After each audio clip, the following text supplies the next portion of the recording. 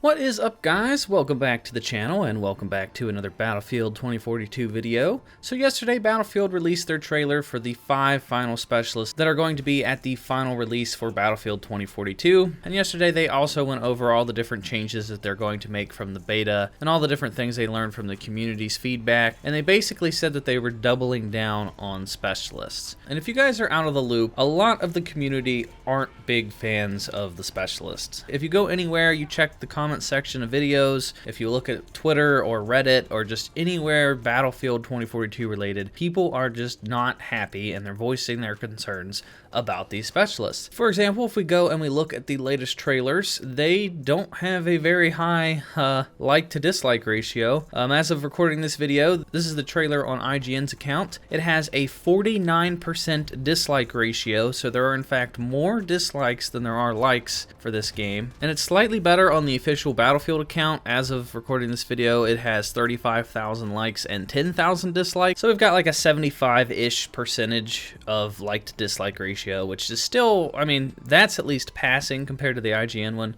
But, I mean, still, 10,000 dislikes is not a very good look on a brand new trailer showing off some gameplay. And, I mean, if you go down in the comment section, it's just nothing but people tearing into the new specialists. So people are definitely not happy with the fact that DICE is doubling down on the specialists. I'm still waiting for the game's final release before I judge them too hard. I personally am not a fan of the idea of specialists, but I'm willing to give them a chance because we also have that portal mode, and if I don't like the specialists, I'll just play portal mode. But if we head over to the Reddit side of things, I want to show you guys a couple examples that are getting some traction over there. People are just not happy about the specialists in general, but more specifically, people aren't very happy with one of the new specific specialists that they're adding. So if you didn't know, there's a new specialist that has the ability to have wall hacks.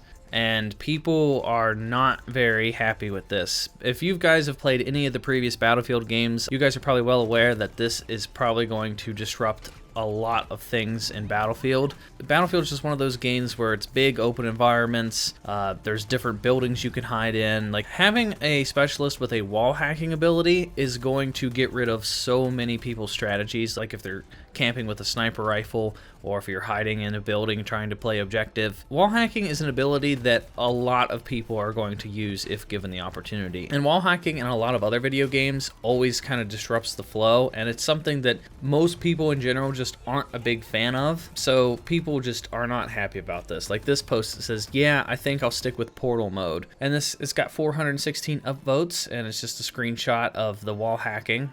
And then down in the comments, it's just people pretty much agreeing with it.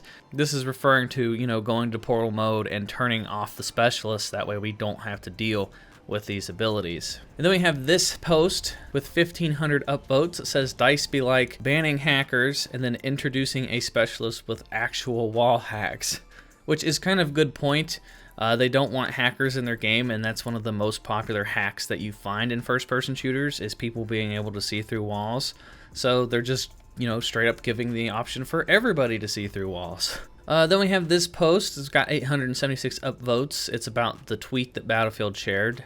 Battlefield said, based on Battlefield's 4 classes, specialists have one unique specialty and trait. It's up to you to customize the rest of the loadout. You'll determine the playstyle of your squad by choosing different specialist and equipment setups to take on any situation. And then the post says, DICE have doubled down on specialists in a recent Twitter post. Given that gadgets and weapons are not restricted based on the role of each specialist, I have to disagree with their take here. I can just play as a self-healing medic with a sniper rifle and an ammo box now and camp somewhere. Which I actually agree with this point. I don't see how specialists is going to make people come together more than what they would have in previous Battlefield games. The previous class system in other Battlefield games was set up in a perfect way to promote squad-based gameplay, and this new setup, I mean, like he said, you could just pick a medic, get a sniper rifle, get an ammo box, and just go hide, and then anytime you take damage, you can just self-heal. You run out of ammo, you can just give yourself an ammo box, and you could just camp all game. Based off of what I've seen so far, nothing with these specialists makes it seem like like it's going to promote any like team-based gameplay. I think if anything, it's going to promote people just running off on their own and doing their own thing, because everyone's playing as their own specialist. I mean, you're going to have a lot of coordination to get all the specialist abilities to work together. So unless you're in a squad with your friends,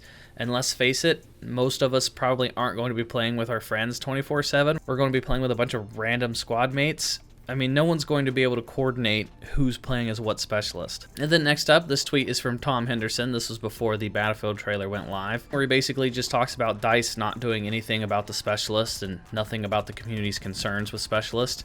And then the post says, "This does not seem great and is definitely going to make some people angry," and has 1,700 upvotes. So, like I said, people are very frustrated with the specialists in general, and specifically the specialists that can use the wall hacking ability, and I don't blame them.